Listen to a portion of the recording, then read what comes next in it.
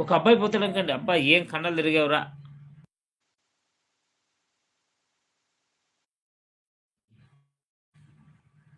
జాగ్రత్త.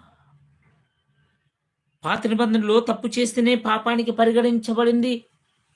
కానీ కొత్త నిబంధనలో ఊహ కూడా పరిశుద్ధంగా ఉండాలి. అది పరిశుద్ధత.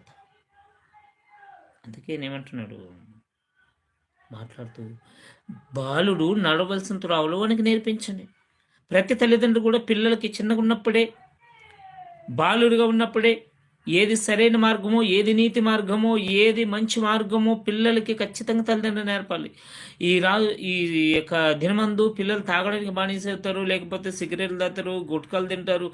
ఇవన్నీ కారణం ఏమిటంటే అది చెడేంటో చెప్పకపోవడం.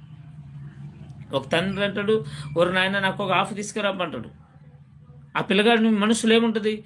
అన్ని తెలిసిన మా నాన్న తాగితేనే తప్పులేంది, నేను తాగితే తప్పేంటి? ఈ ఆలోచనకు వస్తలేడా? ఖచ్చితంగా ప్రతి తల్లిదండ్రి కూడా మిమ్మల్ని చూస్తే మీ పిల్లలు పెరుగుతారు, జాగ్రత్త. మీ పిల్లలు చెడిపోవడానికి కారణం ఎవరైనా ఉన్నారంటే మీరే. నసి తీసుకురాపండి, ఆకలి తీసుకురాపండి, గుట్కా తీసుకురాపు, పాన్ తీసుకురాపు, ఇలాంటివన్నీ పిల్లలతో తెప్పించుకుంటారు కదా. పిల్లల ఆలోచన ఏముంటుంది? ఓహో, మా అమ్మ నాన్న ఇంత తెలివిమంతులు, వాళ్ళు చేసిన తప్పు గాంది మేం చేస్తే తప్పు ఎలా అవుతుంది?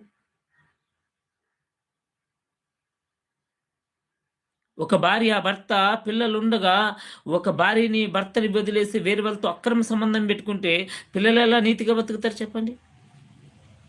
నీవేమో నీ ఇష్టానుసారంగా బ్రతికి నా పిల్లలు పరిశుద్ధంగా ఉండాలంటే ఎలా అవుతుందండి? పిల్లలు పరిశుద్ధంగా ఉండాలంటే తల్లిదండ్రులు కూడా పరిశుద్ధంగా ఉండాలి. నేర్పాలి వాళ్ళకి.